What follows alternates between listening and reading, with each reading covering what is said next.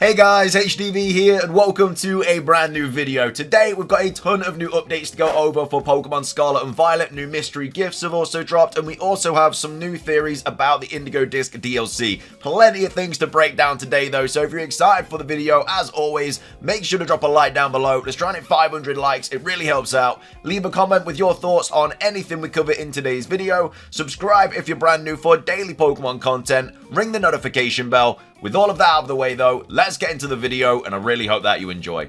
So, starting things off, the Hisuian Decidueye raid is now live. HDvee has tweeted out saying, HDvee update, we have full details of the Pokemon Scarlet and Violet Hisuian Decidueye Terra Raid event, including moves and rewards in our event section. So this is everything that you need to know about the Hisuian Decidueye. So it has the Scrappy ability, its moves are Triple Arrows, Brave Bird, Shadow Claw, and Leaf Blade, and then its additional moves are Bulk Up, Swords Dance, Grassy Terrain, and Leaf Storm. So quite a couple of setup moves here for Hisuian Decidueye, not bad at all. It's Adamant Nature, and then obviously the items that it gives you are your normal 7-star raid items, and it also tells you like the actions of when it's going to do things like Swords Dance and Bulk Up, and also like how long's left of the raid and stuff. So this is the Hisuian Decidueye raid. Now of course the best options for it are already online. I think I saw like Iron Moth is quite good. Cerulege is quite good, Armarouge is quite good, Torkoal is quite good. I think I even saw that Charjabug was quite good as well with Eviolite, but there are seemingly quite a few counters to this, so it doesn't look too difficult.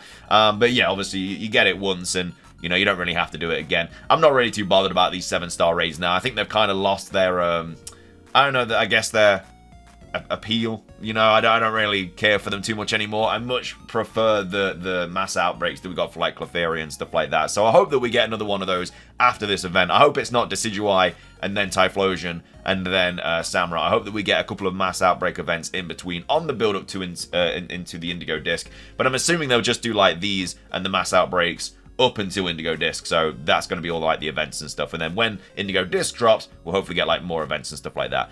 Anyway though, that's the Hisuian Decidueye stuff. Moving on, we have the Mimikyu mystery gift that is now being given a release date. This is only available in GameStop at the moment. We actually covered this not too long ago. It was announced that we were going to get a Mimikyu mystery gift in America. Again, it's not worldwide at this point in time. And we now have actually got more details about this. HDvee tweeting out saying, HDvee update, details have been released for the Electric Terra type Mimikyu event for the US and Canada. This event distribution will begin at GameStop starting October the 13th, 2023.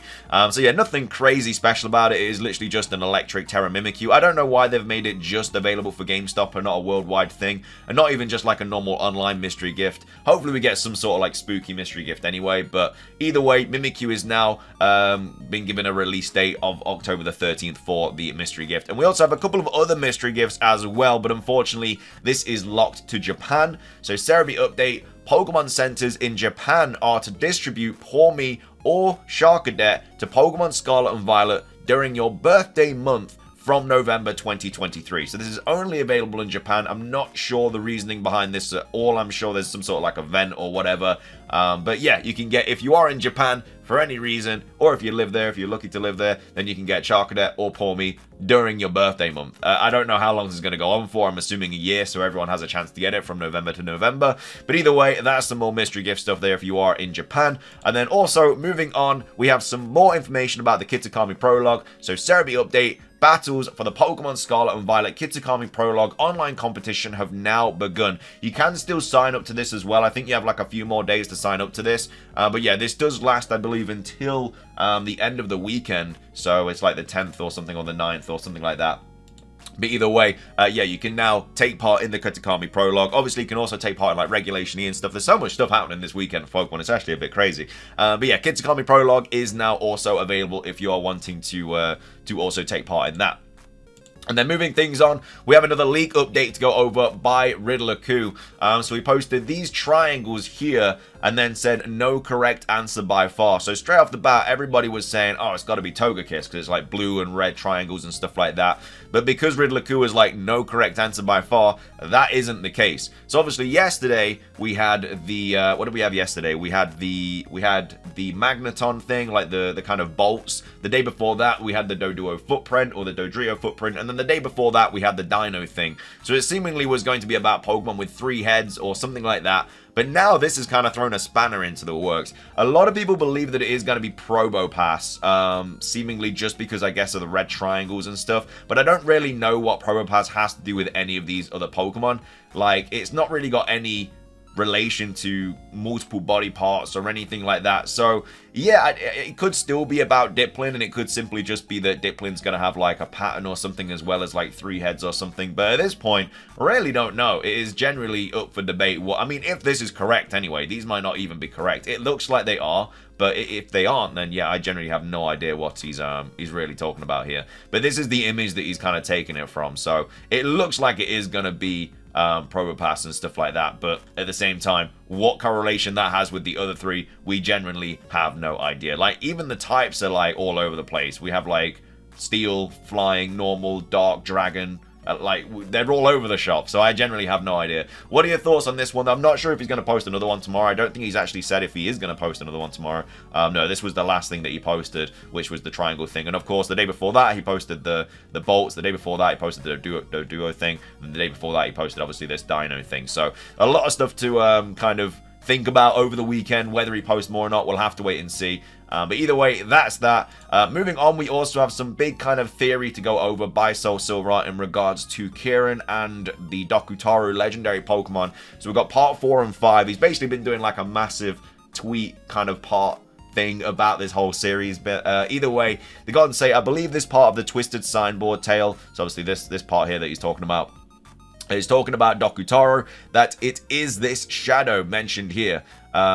Think we're overlooked this part of the Teal Mask plot. This scene happens after we already know the truth about Ogerpon and the Loyal 3. Why would we want / or need to hear more of the fake story after already knowing the truth? Surely Game Freak could have made us finish reading the fake tale before telling us the true one, but instead they make us read this part after we already know that it's not accurate info.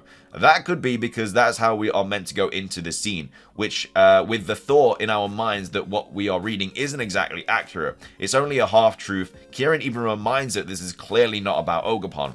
Not only that, but this specific signboard is a bit different from the other 2, which tell us the actual tale of Ogerpon and the Loyal 3. This one is more of a warning about an old shadow monster. Now when we read it, doesn't it sound like a creature that can turn humans into zombies? If we assume this is a separate part of the tale of Kitakami, this could have been an old warning against Dokutaru that modern people took as a warning about the ogre instead. So yeah, people generally could have mistook like Dokutaru for Ogerpon, which is why Ogerpon got all this like bad publicity and stuff. That people in the Kitakami of old used to make masks to protect themselves from a shadow monster that if looked in the face would take control of that person or take their souls, like putting them in chains. Again, poison equals corruption, ghost equals stealing souls. Again, we're kind of convinced that it is going to be a ghost type, but it does say like if you see a shadowy figure approaching you outside the village at twilight, be wary. And then it says, you know, do so, and whether the shadow is a man or monster, you will pass each other by as fellow mask wearers. And then also, it is if you live to see another day, and you'll remember to never forget your mask again. So there's clearly the mask is protecting people against this shadow Pokemon. This could also explain Dokutaru's motives and why it wanted the masks from Ogerpon in the first place. Dokutaru naturally must be a mask wearer itself. It can probably use their power for itself too. At the same time, a person can protect themselves from Dokutaru by wearing a mask. Lastly, Kieran may have come into face-to-face contact with Dokutaru, but it may have made more of a deal with him like it did with the Loyal 3, but we may actually see this whole soul-stealing / zombie situation occur to the people of Kitakami in the Indigo Disk plot, as we have seen from the data mine. So that's the 4th part, and then the 5th part also progresses into more stuff about Kieran here. So, part 5. As the story progresses in the Teal Mask, Kieran wants to battle us every time he sees us, and by the end he's obsessed with becoming stronger. He even gives a sinister, obsessed grin. If he made a deal with Dokutaru, like the Loyal 3, his desire to be the strongest could be made into a reality by Dokutaru.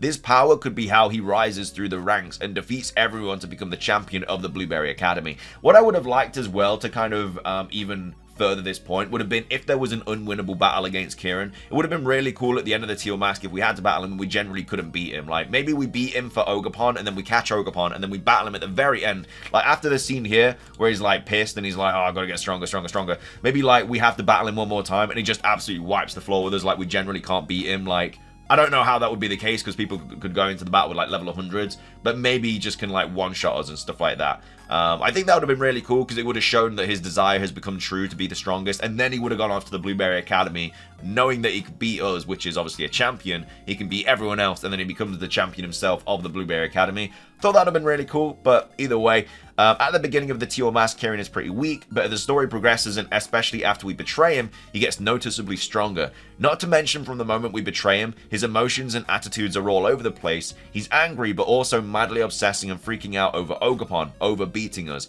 Then at the same time, he's depressed and feels remorse, but ultimately he chooses to be selfish and wants to take Ogerpon against its will.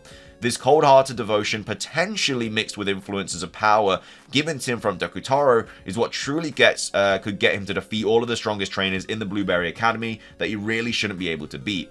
Then once we arrive at the Blueberry Academy, I'm sure it'll be up to us to stop his mad rise to power and possibly free him of Dokutaro's influence, toxic chains. Maybe that's the reason we have to go and find Dokutaro ourselves, to stop like it taking control of Kieran. I bet at the end he'll have some kind of revelation of how crazy he acted and he'll become kind soul again, or I mean he could just stay as our villainous rival that we constantly whoop. And then there's a little bit more information here about this. It's important to know that in Kieran's descent into madness, he also gets rid of 2 Pokemon that were on his team the first few times we battled him, being Furret and Cramorant. Interestingly, Dipplin stays on his team, showing the potential of what it could become. This juxtaposes Carmine as she keeps her same team throughout the entire DLC, and really shows Kieran doesn't really care about his Pokemon, just that he must get stronger and catch only the best Pokemon, and also legendaries and stuff like that. So yeah, I really like this theory about it. It definitely adds up. I mean, the whole kind of premise is that Dokutaro is controlling Kieran. There's been a lot of hints of this in the Teal Mask, and that we have to defeat Dokutaro or something like that to kind of snap Kieran out of it. But I'm assuming in the Indigo Disk it's going to mind control more people, maybe Carmine or Arven, Nemona, Penny, something like that. And I could see that happening, and yeah, I think the whole idea is just defeating Dokutaro. Even though Dokutaro doesn't look that strong, I bet it is like really strong. I don't know, it looks like it's going to be some sort of like evil legendary Pokemon. But that's that. And then also finishing things off, Detective Pikachu 2 obviously is now out today.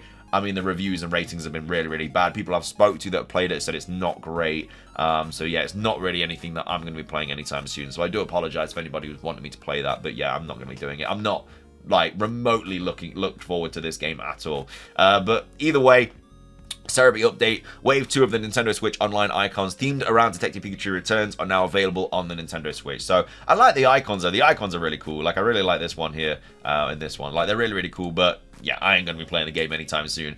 But that is going to be everything for today's video. I hope you guys enjoyed. If you did, please do consider hitting the like button down below. Let's try and hit 500 likes. It does really help out. Leave a comment with your thoughts on everything we covered in today's video. Have you beat the Decidueye yet? Make sure to get the mystery gifts you are available to. Are you signing up for Kitty Army Prologue? What are your thoughts on this here? Do you think this is proper pass or whatever? Like, how do you think it connects everything together? And then what are your thoughts on the whole Dokutaro Kieran situation as well? But yeah, that is everything from me. Thank you for watching. Subscribe if you're brand new, ring the notification bell, and until next time, peace.